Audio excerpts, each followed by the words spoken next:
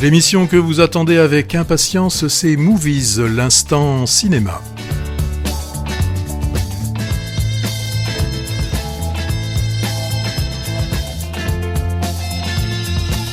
Toujours aussi fringant, le jeune et dynamique Hervé Brie est derrière le micro.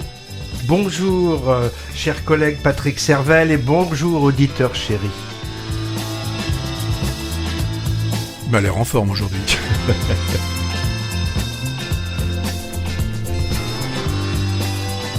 Au cours de cette émission, nous vous parlerons des films que nous avons vus, aimés pour beaucoup et moins aimés pour d'autres. Ainsi, un film qui explore les relations entre une famille de routards en marge et un intellectuel et sa fille qui va les héberger provisoirement. Tout cela, ça donne Mikado.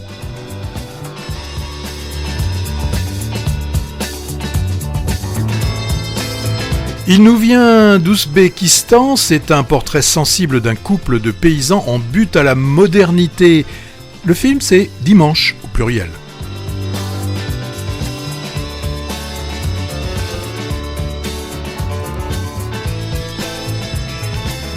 Revenge Movie, c'est donc l'histoire d'un héros meurtri qui se fait justice lui-même.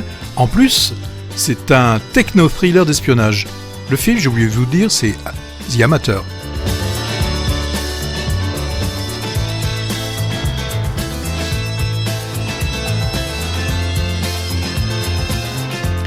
A British Tati Daniel, le film c'est Deux sœurs. Ah, on va voir ça.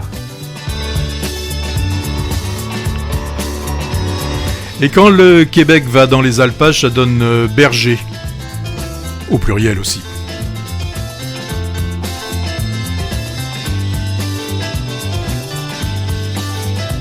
Presque à chaque fois, on a un biopic et cette semaine, c'est sur un psychiatre en pleine guerre d'Algérie. Le titre, c'est Fanon.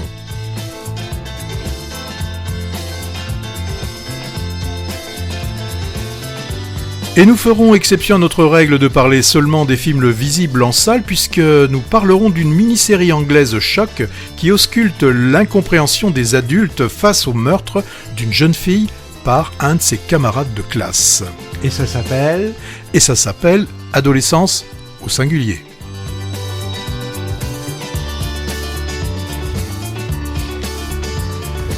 Et c'est le moment fatidique où j'ai ma plus grande peur, puisque c'est le moment où Hervé va nous faire sa phrase. Ah oui, synopsis d'un seul et même film qui mixe tous les titres de ceux dont on a choisi de vous parler aujourd'hui.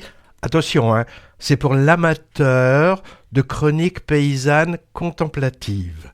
La petite Fanon et ses deux sœurs, filles de bergers en pleine adolescence, passent leur triste dimanche à jouer au Mikado.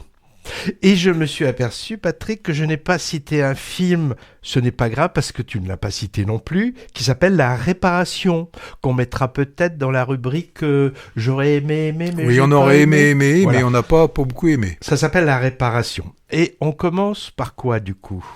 C'est toi qui commences, me semble-t-il, puisque tu dois nous parler de ce thriller d'espionnage. Oui, The Amateur. C'est plus chic que l'amateur et c'est sans doute plus vendeur. À ne pas confondre, j'avais vu un autre film, alors il y a bien longtemps maintenant, qui s'appelait Amateur. C'était un film de Hall Hartley en 81.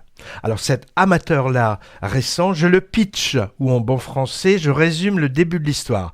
Charles Heller, c'est un cryptographe au quartier général de la CIA, à Langley, en Virginie, un gars solitaire et introverti dont la tâche quotidienne est de coder et décoder, mais avec qui il ne faudra pas déconner, comme on va s'en apercevoir. En effet, un drame qui le touche de très près va survenir lors d'une attaque terroriste à Londres. Et comprenant que ses supérieurs vont pas faire grand-chose pour trouver les responsables, il va alors prendre les choses en main. C'est Charles Bronson alors. Un petit peu. Film dont le scénario est classiquement basé sur un personnage qui cherche à se faire justice lui-même en traquant les coupables du meurtre d'un proche. On connaît ça au cinéma, où ce type de caractère c'est un peu un archétype. Alors il y a les Taken, 1, 2, 3. Et je crois qu'un quatrième est sorti directement en VOD avec Liam Neeson. On a un camarade qui est fan de cet acteur. Hein. Liam Neeson, c'est le gros dur qui cogne parce qu'on a fait bobo à sa famille. C'est une franchise d'ailleurs française. C'est produit par EuropaCorp, c'est-à-dire c'est Luc Besson. Et avant, tu l'as cité, on avait eu l'implacable et taiseux Charles Bronson dans la série des justiciers dans la ville. J'ai vu qu'il y en avait 5 au compteur. Bref, des mecs virils qui bastonnent. Mais dans The Amateur, la vengeance personnelle, mêlée à un récit d'espionnage, est ourdie par un mec plutôt en retrait au départ, hein, le genre gringalet, qui a la particularité d'être un crack en informatique et qui va utiliser ses compétences de nerd, bricoleur, pour se venger en montant des pièges sophistiqués pour sa vendetta.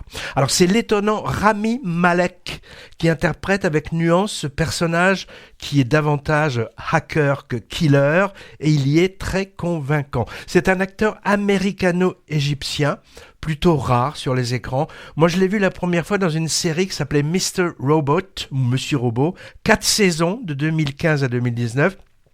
Où il jouait déjà un peu ce même rôle principal d'un geek super doué, redresseur de tort dans l'ombre. Il a accédé à la notoriété mondiale en 2018 avec sa prestation multiprimée en Freddie Mercury dans Bohemian Rhapsody, biopic de Queen, signé Bryan Singer. Il avait mis des prothèses pour avoir les dents en avant. Là, c'est vrai qu'il était vraiment convaincant dans ce film. Ouais. Il incarne aussi un méchant dans le dernier James Bond. Bah là, justement, je l'avais trouvé beaucoup moins convaincant. Ouais, c'était Mourir peut attendre en 2021. Alors, on trouve aussi au casting le toujours impérial Lawrence Fishburne, un habitué des blockbusters d'action franchisés, mais pas que. Il a aussi tourné pour Coppola, Spielberg, Spike Lee, Abel Ferrara, et il est souvent apparu dans la filmographie de Clint Eastwood. Alors pour moi, ce Lawrence Fishburne, il reste à tout jamais le personnage de Morpheus dans les 4 Matrix. Alors il a pris un coup de vieux, mais qui n'en prend pas, n'est-ce pas Patrick ?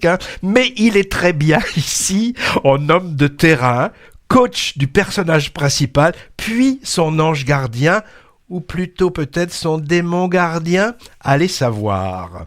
Dans son genre balisé, donc le film de vengeance, on a ici une version modernisée, sans héros mâle alpha et avec beaucoup de high-tech. C'est haletant, bien ficelé, avec un scénario complexe, plein de twists, de retournements, mais compréhensible, ce qui n'est pas toujours le cas des techno-thrillers d'espionnage.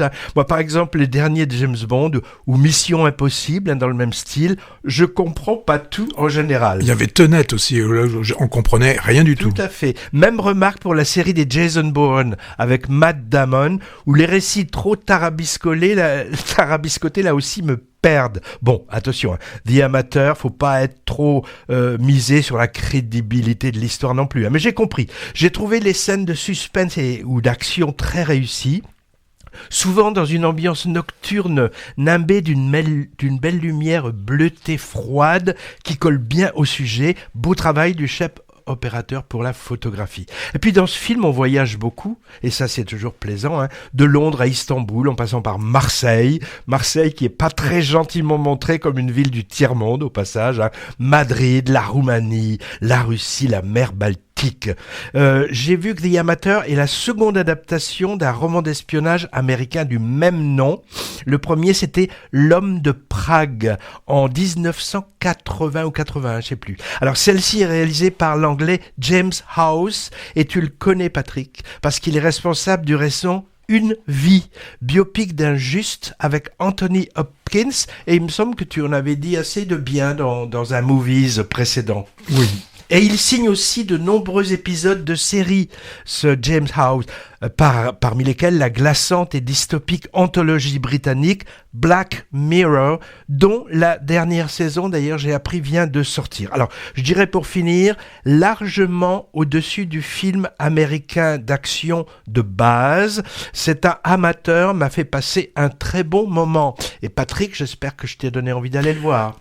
Oui, en effet, j'avais vu le film annonce qui, lui, déjà m'avait donné envie d'aller le voir, et avec tout ce que tu viens de dire, il est évident que nous serons nombreux à aller voir ce film, The Amateur. Et serons-nous nombreux à aller voir Fanon? Alors ça, je ne sais pas, mais il y a eu une petite polémique, tu me le rappelais tout à l'heure hors antenne, pour ce film où les distributeurs trouvaient que peu de salles avaient mis ce film à l'affiche, film qui marche bien, et pour sa deuxième semaine d'exploitation, un bon nombre de salles ont été rajoutées. Alors, dans ce film, le réalisateur Jean-Claude Barny, le film, il s'appelle Fanon, ça évoque la période où Frantz Fanon, un psychiatre français originaire de la Martinique, vient d'être nommé chef de service à l'hôpital psychiatrique de Blida en Algérie.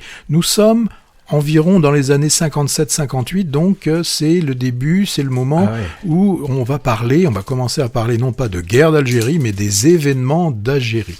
Alors ce Frantz Fanon, il arrive avec des méthodes qui vont contraster avec celles des autres médecins, et dans ce contexte de colonisation, où l'autochtone est véritablement considéré comme n'ayant pas du tout le même niveau que le blanc colon. Et là, c'est un euphémisme quand je dis ça. Il est vraiment traité, j'allais dire, au niveau quasiment animal. Alors, ce film, il divise, parce que certains ont apprécié le sujet et l'ambition de ce film, mais critiqué peut-être l'approche trop littéraire et un rythme souvent un peu pesant. Je vais vous avouer que je fais partie plutôt de cette seconde partie, ceux qui trouvent donc que le réalisateur et la réalisation manquent de légèreté dans la mise en scène, et surtout au niveau des dialogues. On a cette impression qui domine tout au long du film d'être en présence de personnages qui ne parlent pas, mais qui récitent des citations d'œuvres littéraires et philosophiques. Alors certainement empruntées sur les bouquins qu'a pu écrire Frantz Fanon. Alors, de plus, je vais ajouter qu'au niveau de la performance des acteurs, alors même si on a des moments qui sont assez émouvants, j'ai trouvé que leur jeu manquait souvent de naturel et d'authenticité. En particulier, ce qui m'a posé le plus de soucis, c'est le cas de l'acteur principal qui tient le rôle de Fanon. Plus ampoulé ou académique, tu meurs. Et même il y avait dans un second rôle Olivier Gourmet. Bon, Olivier Gourmet, on est quand même habitué à quelqu'un qui sait tenir son rang. Et bien là, je l'ai trouvé tellement caricatural dans ce rôle du directeur de l'hôpital que ça m'a là aussi gêné. Alors, là, je pourrais dire quand même l'avantage de ce film, c'est d'être un biopic. Donc, il nous offre la possibilité de mettre en lumière ce médecin et écrivain dont on parle peu, enfin en tout cas moi je ne le connaissais pas, et donc ça c'est déjà un intérêt du film. Bon, donc pour terminer, je vais dire que c'est un film qui va séduire les amateurs de biopic intellectuels et engagés, mais va pouvoir laisser d'autres spectateurs sur leur faim à cause de ce style trop académique et donc, je le redis, de ces dialogues souvent pompeux. Alors la reconstitution aussi, je pense, a manqué un petit peu de moyens, bien qu'elle soit soignée. On reste sur 2 ou 3 décors, et là aussi ça montre peut-être que le réalisateur n'a pas eu les moyens pour aller jusqu'au bout des ambitions qu'il pouvait avoir. Ça, c'est ce que je pouvais dire sur le film Fanon. Donc finalement, est-ce qu'un documentaire aurait mieux été pour faire découvrir ce Frantz Fanon au grand public? Vu ce que j'ai vu, je pense oui qu'un documentaire. Alors je sais pas si on a des images. Voilà, c'est souvent le souci. Mais en tout cas, moi, ce film m'a déçu. Voilà. Ok. Dis-moi, tu évoques avec ce film la guerre d'Algérie. On dirait un petit mot sur un documentaire justement qui a trait à la guerre d'Algérie un peu plus tard, dans le viseur.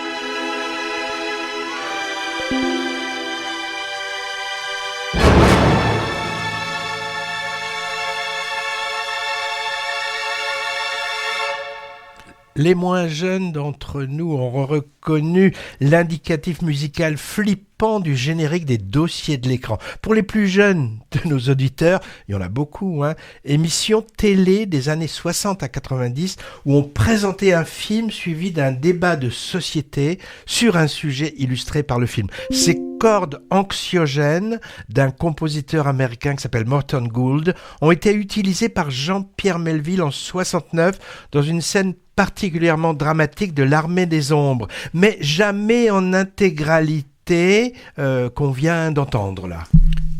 Oui, oh là, je viens de faire du bruit avec le micro.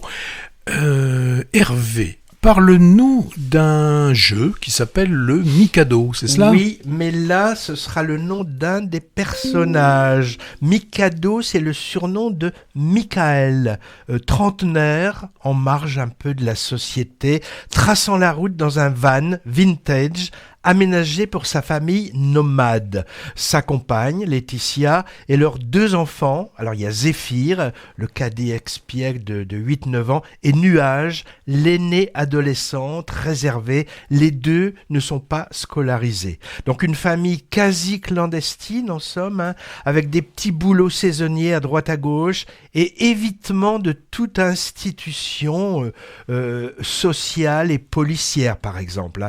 Un jour, grosse panne, et en attendant la réparation, la famille devra se sédentariser provisoirement, accueillie par un prof vivant seul avec sa fille adolescente dans une grande propriété isolée à la campagne. C'est donc la chronique, le temps d'un été, d'une rencontre entre protagonismes de mondes différents, la famille de Routard en rupture de société d'un côté, et un intellectuel morose et sa fille dans une belle maison bourgeoise de l'autre, pas si éloignés qu'il semble l'être a priori, et qui, après une approche prudente, vont petit à petit faire lien, non sans affrontement et révélation de secrets enfouis qui font mal. Sont abordées les thématiques de la marginalité, plus ou moins choisie, et du désir de normalité aussi, des distances entre classes sociales, de la famille, de la parentalité en particulier, de la paternité, que j'ai trouvé adroitement traité ici, avec une grande affection pour les personnages qui ne sont pas jugés. Le tout dans une mise en scène plutôt énergique et enlevée, sous la belle lumière d'Occitanie, très bien photographiée. Bref, sans être un chef-d'œuvre, c'est un bon film qui émeut et qui fait réfléchir, c'est déjà pas si mal. Au casting, Félix Moati, touchant en Mikado rebelle, instable à fleur de peau. Sa compagne est interprétée par la toujours excellente comédienne décalée Vimala Ponce, également à l'affiche en ce moment, toujours à l'affiche dans L'attachement. Moati, il y a un rapport? Oui, c'est le fils du journaliste, Moati.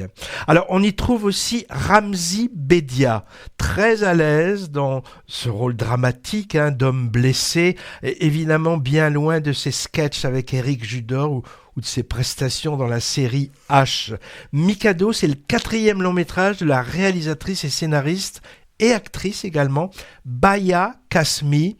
Elle avait été révélée en 2010 avec Le Nom des gens, récompensée dans plusieurs festivals francophones et césarisée aussi. Et son précédent d'il y a 2 ans, tu l'as vu Patrick et pas moi, c'était Youssef Salem a du succès, qui abordait les problématiques familiales aussi, il me semble. Et c'était surtout une très jolie comédie. Mais c'était sous l'angle de la comédie, en effet, alors que là, c'est plutôt tragique. Pas vu de mon côté, mais il me semblait, j'avais le souvenir que tu l'avais apprécié. Avec les mêmes, d'ailleurs, Vimala Ponce et Ramzy au casting. Et cette Baya Kasmi, elle tourne aussi pas mal pour la télé. Mikado est à l'affiche depuis une quinzaine de jours, mais je l'ai vu et apprécié il y a environ 6 mois au modeste mais passionnant Festival du cinéma de Moulins, dans l'Allier 03, où il était en compétition. Une des jeunes comédiennes du film a d'ailleurs été récompensée puisqu'elle a gagné le pompon dans la catégorie meilleur espoir féminin. Je donne son nom car je pense qu'on aura des chances de la revoir. Elle s'appelle Patience Münchenbach,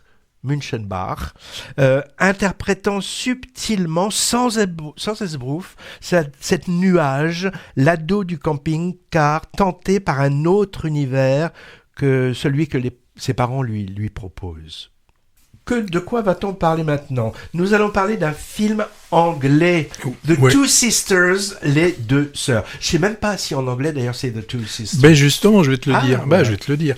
Alors, avant toute chose, souvenez-vous de ce film, c'était Secret et mensonge. Ouais. Je sais, c'est il y a longtemps. Et c'était très bien. C'était il y a une trentaine d'années, c'était en 96, donc film venant d'outre-Manche qui d'ailleurs obtint une foultitude de récompenses et plus particulièrement au festival de Cannes 96 puisqu'il eut la Palme d'Or, Brenda Blethyn eut le prix d'interprétation féminine et le prix de la fille Précis également. Alors c'est le réalisateur Mike Leigh qui revient avec ce film qui s'appelle, le titre original c'est Hard Truth, ou Les dures vérités, et qui sort chez nous sous le titre Les deux sœurs. Alors je trouve qu'une fois de plus, un titre français est beaucoup moins fort que le titre original, parce que quelles sont ces vérités si dures ? C'est pas sûr qu'on les découvre forcément en regardant le film. Quelles sont, ces vérités ? Alors, hard, les vérités sont dures ou elles sont dures à dire ? Ça, on le saura pas forcément dans le film. Mais ce que l'on sait, c'est que Pansy, donc l'héroïne, a un comportement très particulier. Elle est toujours en révolte, toujours de mauvaise humeur, toujours à vous envoyer à la figure les phrases les plus blessantes. Et que ce soit à une caissière ou à son médecin. Bon, il y a des moments qui peuvent être drôles quand à son médecin, elle lui demande « Mais il y a combien de temps que vous pratiquez ?» Elle lui dit 5 ans. Elle lui dit « Alors c'est quand même... Vous avez passé plus de temps à faire vos études qu'à pratiquer. » Donc c'est le genre de personne. Ouais, et elle dit pire à certains. Oui, à d'autres, elle dit encore pire. Et même avec les membres de sa famille. Alors, on a son mari, Courtleigh, lui, il arrive plus à la gérer. Et lui et leur fils, Moses, Bah lui, il est parti vivre dans un autre monde. Hein. Lui, il veut échapper à tout ça et il passe ses journées à grignoter, à manger et à errer dans les rues de Londres. On pourrait dire que cette Pansy, c'est une Tati Daniel mais au cube. Hein. C'est ce qu'elle est devenue, hein, donc notre Pansy. Alors, dans ce décor, on a seulement sa sœur Chantal qui la comprend et peut-être peut l'aider. Comment Pansy est arrivée là quand on ne peut pas imaginer qu'elle puisse avoir toujours été comme cela? Comment elle a pu trouver quelqu'un qui aurait accepté de vivre avec elle, d'avoir un enfant? Alors, Miley nous donne peu de pistes, hormis certainement qu'il y a de partiellement enfoui quelque chose lié à leur mère commune. Mais quoi? Bah, c'est à nous de remplir les cases manquantes au puzzle proposé par le réalisateur. Il ne cherche pas à nous donner des réponses faciles à des questions en fait aussi qui peuvent être complexes. N'est-il pas aussi que la condition humaine peut-elle être expliquée en 2 heures? Pas forcément, hein, pas forcément. Alors, Pansy est interprétée avec une intensité brutale par Marianne Jean-Baptiste. On voit quand même que c'est un personnage complexe, donc rongé, hein, elle est véritablement rongée par une douleur. Et donc là, la performance de l'actrice est assez saisissante. Elle arrive à donner vie à cette Pansy avec une vérité déconcertante, en montrant cette rage et ce désespoir de cette femme qui semble d'ailleurs avoir perdu tout espoir. Dans le rôle de Curtley, on a David Weber, qui incarne avec certaine justesse cet homme à bout de force, résigné, plus capable de comprendre ou de consoler sa femme. Et puis, on a Chantal, qui est interprétée par Michael Austin. C'est la sœur empathique. On sent que c'est la seule qui semble pouvoir percer la carapace de Pansy. Donc on a dans ce film une exploration assez déchirante de la famille, de la douleur, quelque part aussi peut-être une part de rédemption. Les scènes sont magnifiquement tournées, il y a une très très belle photographie avec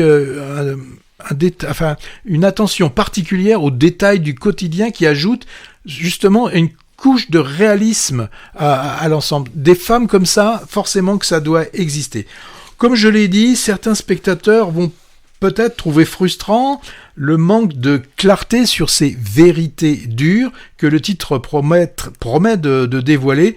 Moi, je fais partie aussi peut-être un peu de ces spectateurs. Donc, Miley nous laisse beaucoup de questions sans réponse, mais pour ceux qui aiment le cinéma, qui vont y chercher une exploration ouverte, introspective de la psyché humaine, je pense que Deux Sœurs sera pour eux une expérience assez riche. Ouais. Deux Sœurs, ou comment un film peut vous laisser sur votre faim avec une fin que je ne divulgacherai pas. Ouais, ce Mike Leigh, c'est quand même un des réalisateurs du cinéma anglais incontournable, au même titre d'ailleurs que Ken Loach, avec qui il partage les 2 qualités, 1 d'être octogénaire et 2 de s'intéresser par un cinéma en général social au peuple plutôt qu'à ses élites. Moi, j'ai de très bons souvenirs de certains films. High Hopes, son second long métrage en 88. Secret et mensonge, évidemment, 10 ans plus tard. Et puis, j'ai vu un de ces derniers, c'est son biopic du peintre Turner en 2014. Il était très réussi. Donc, moi, j'étais curieux de son dernier opus, mettant en scène cette femme en permanence en colère, qui en veut à la terre entière, désagréable avec tout le monde, car blessée. Alors, les relations conflictuelles qu'elle a avec les gens de passage, qui ont le malheur de la croiser, et surtout avec ses proches, qui subissent un mari résigné, fils introverti et boulimique, et ses nièces pleines de vie, et sa sœur tout à l'opposé d'elle, compréhensive et bienveillante. Deux Sœurs repose évidemment, tu l'as dit, en grande partie sur la composition impressionnante de cette actrice, Marianne Jean-Baptiste. Elle doit venir d'Haïti peut-être. Moi je la connaissais pas, mais en mégère misanthrope qui nous offre un festival de répartie vacharde, assorti de mimiques impayables et aussi de moments de souffrance émouvants. Elle est vraiment impressionnante. Mais le film lui-même, qui traite finalement une lourde dépression, c'est ça, m'a laissé sur ma faim, moi aussi, à cause de cette impression d'inachevé, les causes du grand malaise de cette Pansy parano et qui se défend en attaquant. Elles sont guère fouillées. Et puis le final semble tendre vers l'optimiste. Je l'ai trouvé bien abrupt, avec même peut-être un parfum d'artificiel ou un parfum de je sais pas comment terminer mon film. Bon, un peu déçu par ces deux sœurs, donc, qui vaut surtout par le jeu de son interprète principal, mais qualité qui ne suffit pas à en faire un très bon film pour moi.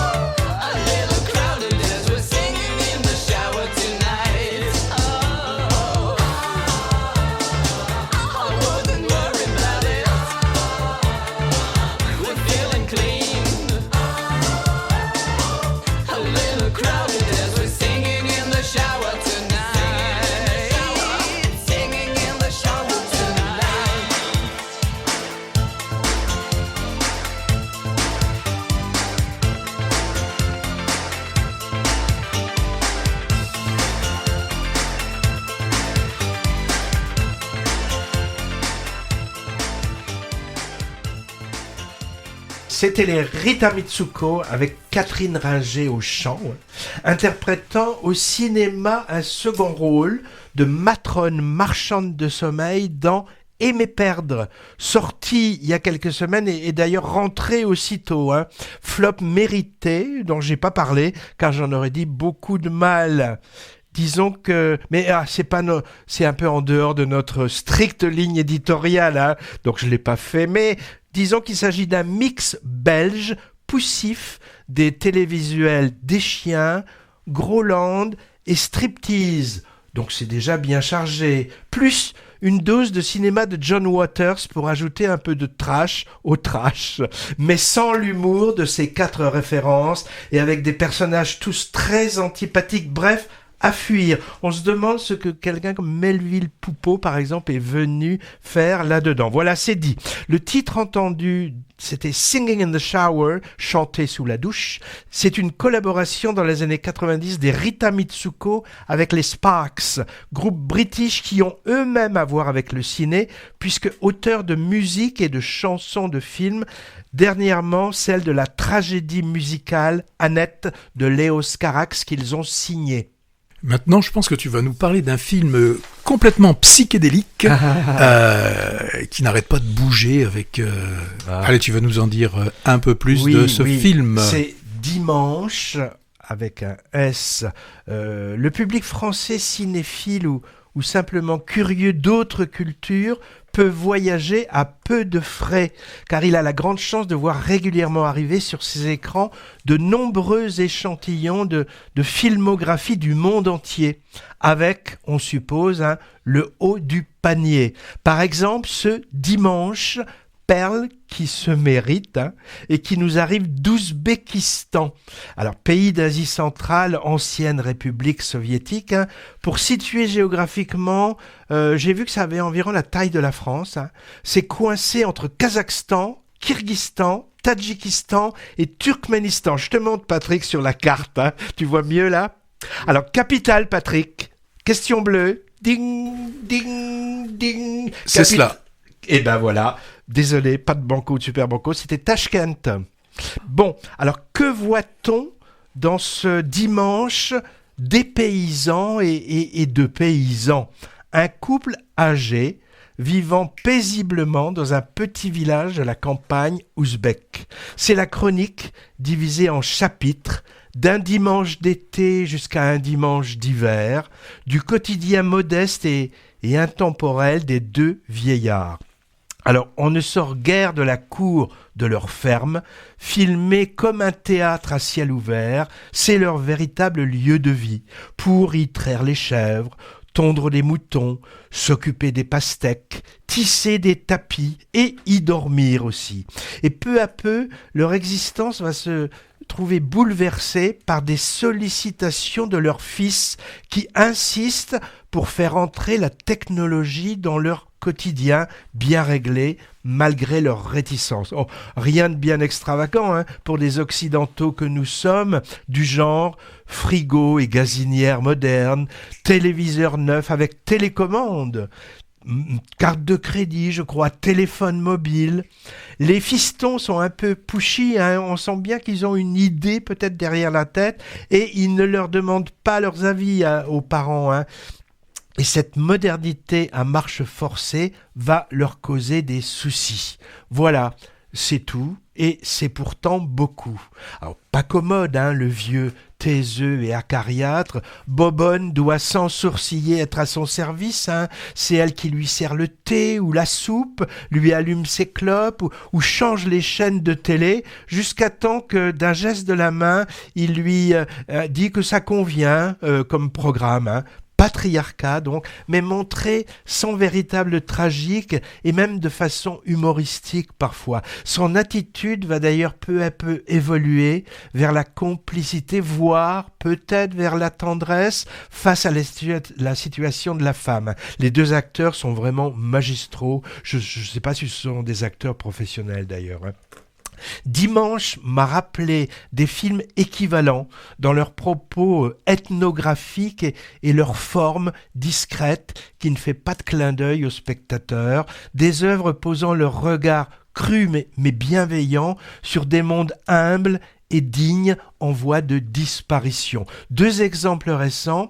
Dans un autre bout du monde, ça s'appelait Outama, la terre oubliée, avec aussi un vieux couple galérant pour abreuver son troupeau de lamas sur les hauts plateaux boliviens asséchés. Ou alors, plus récemment aussi, le chinois Le Retour des hirondelles, où on suivait encore un autre couple, plus jeune celui-là, avec pour seul bien un âne, des laissés-pour-compte chassés de leur bicoque en terre par la modernisation et ses compromissions. Alors moi j'ai pensé aussi forcément au cinéma lent et contemplatif du cinéaste japonais Ozu, avec ses plans fixes captés par une caméra non intrusive, à bonne distance et hauteur des personnages, attentive aux gestes délicats et aux regards silencieux. Alors c'est un cinéma qui s'écarte des règles du tout venant narratif occidental, sans effet et sans doute aussi sans grands moyens, et qui demande, moi j'hésite pas à le dire, un effort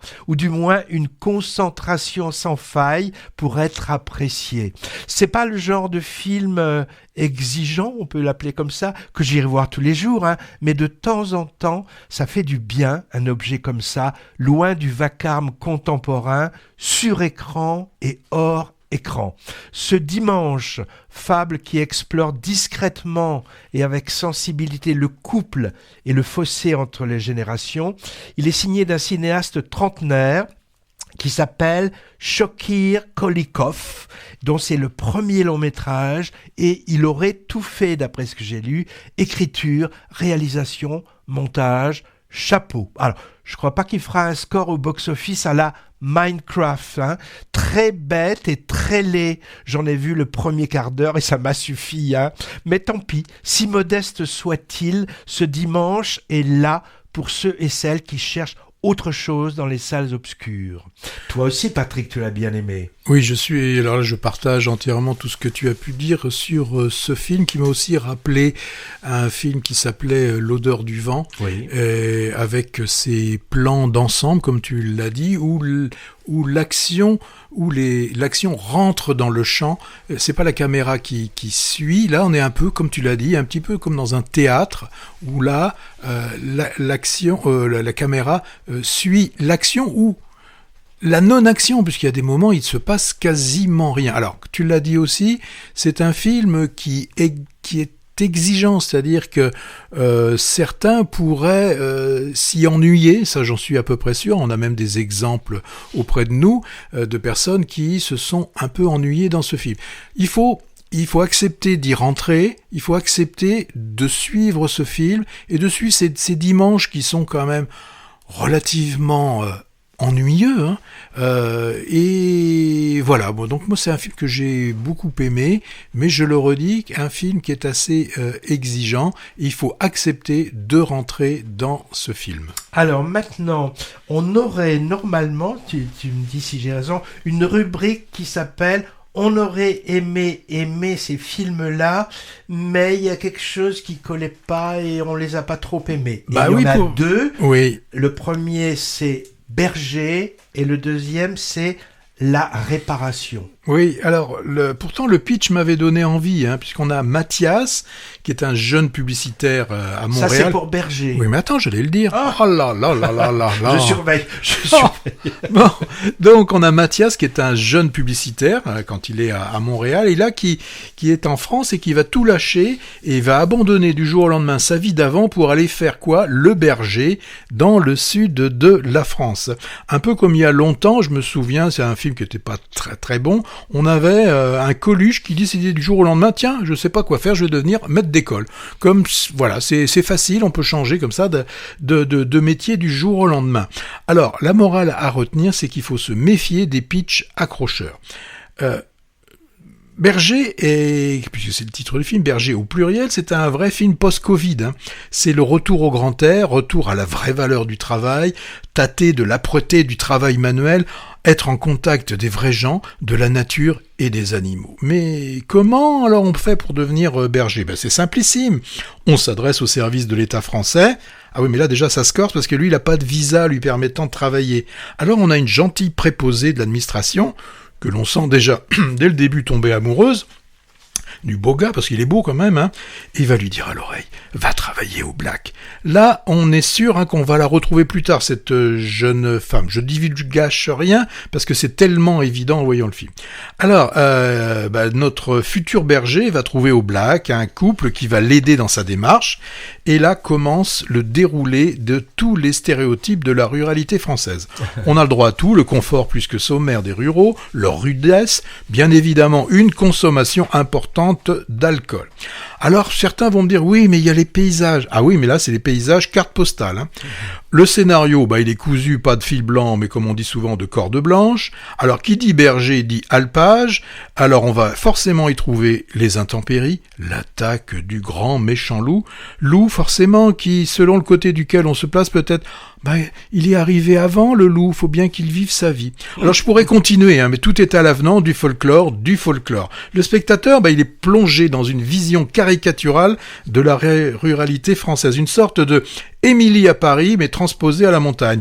Sans la clarté et l'éclat qu'on pourrait quand même espérer d'un véritable film, d'une œuvre cinématographique, et là, on en est loin. Alors les acteurs, on a rajouté des acteurs locaux, ceux qu'on trouve généralement en deuxième, en deuxième rôle. Là, ils sont plus français que tout le monde, donc forcément, ils sont enfermés dans des stéréotypes étroits et très limités. Alors moi, je trouve que réduire la culture française à une série de clichés superficiels, ça donne vraiment une impression erronée et réductrice de ce qu'est la France, et en particulier la France rurale. Le film ne parvient pas à capturer la diversité et la richesse de la vie à la campagne, se contentant plutôt de renforcer des perceptions simplistes et souvent erronées. Alors je le redis, les paysages, ils sont magnifiques, mais là encore filmés de manière stéréotypée, et ce qui augmente l'impression de carte postale plutôt que de véritable immersion dans la vie rurale. On a vraiment l'impression que au niveau de la réalisatrice, je crois que c'est une réalisatrice, oui, c'est une réalisatrice, elle a jamais vraiment pris le temps de comprendre et pour essayer de représenter fidèlement cette partie de la France. Pour moi, en conclusion, Berger est une déception majeure.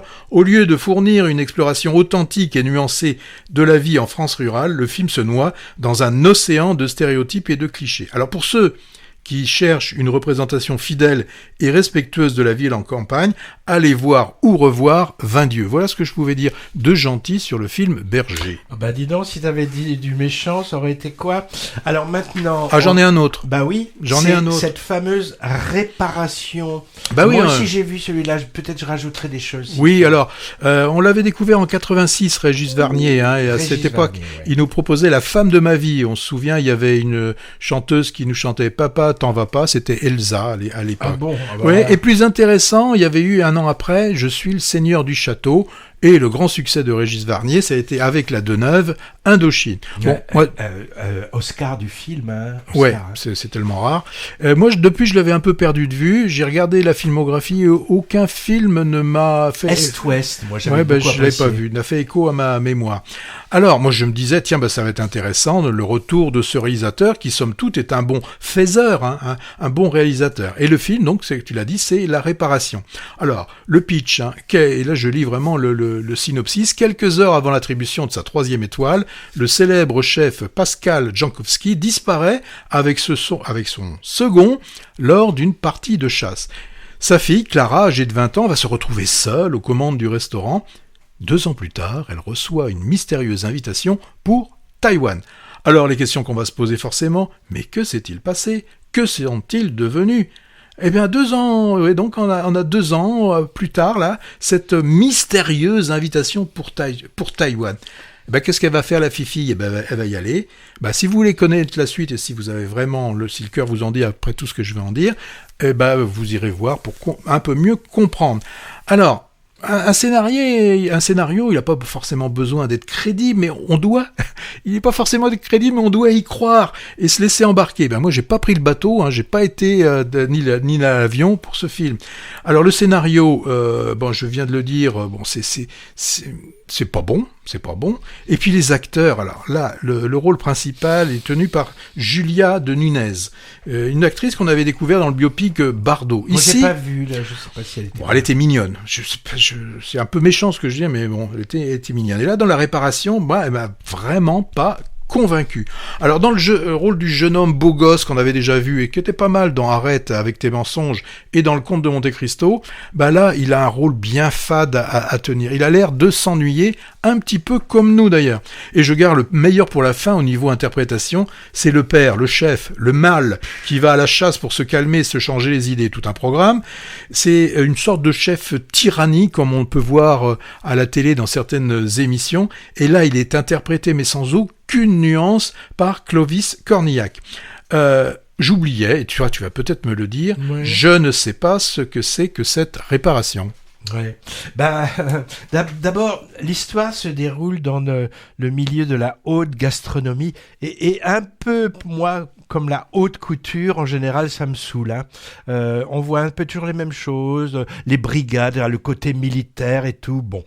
Alors, dans ce film, on a de belles images, hein, tu l'as dit peut-être, et on a un séjour exotique à Taïwan très bien filmé, mais en effet, au service d'un scénario vieillot, daté, et je trouve le film peu servi par des prestations d'acteurs fades.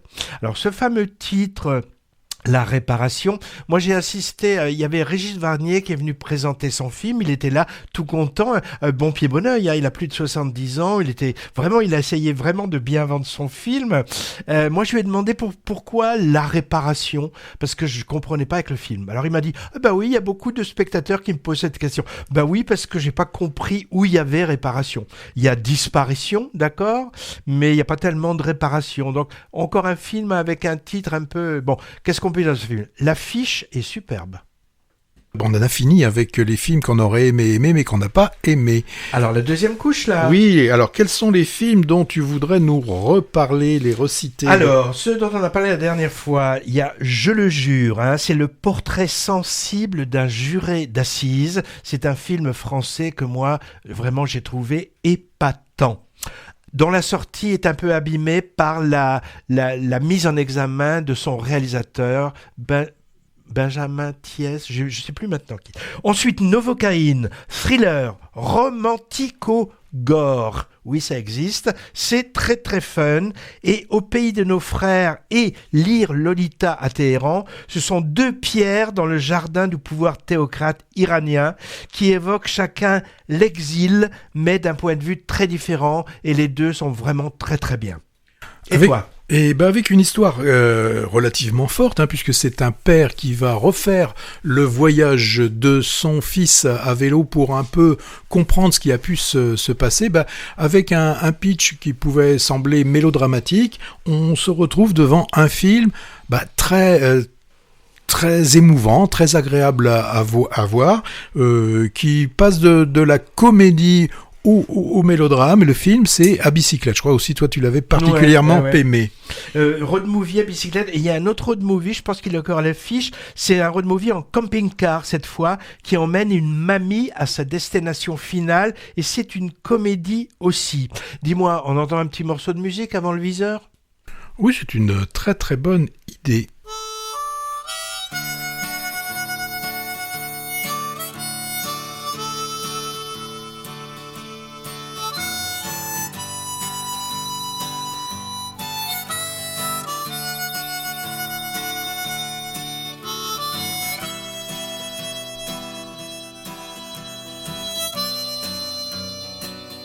I met my love by the gasworks wall. Dreamed a dream by the old canal. I kissed my girl by the factory wall. Dirty old town, dirty old town. Clouds are drifting across the moon. Cats are prowling on their beat. Springs a girl from the streets at night. Dirty old town, dirty old town.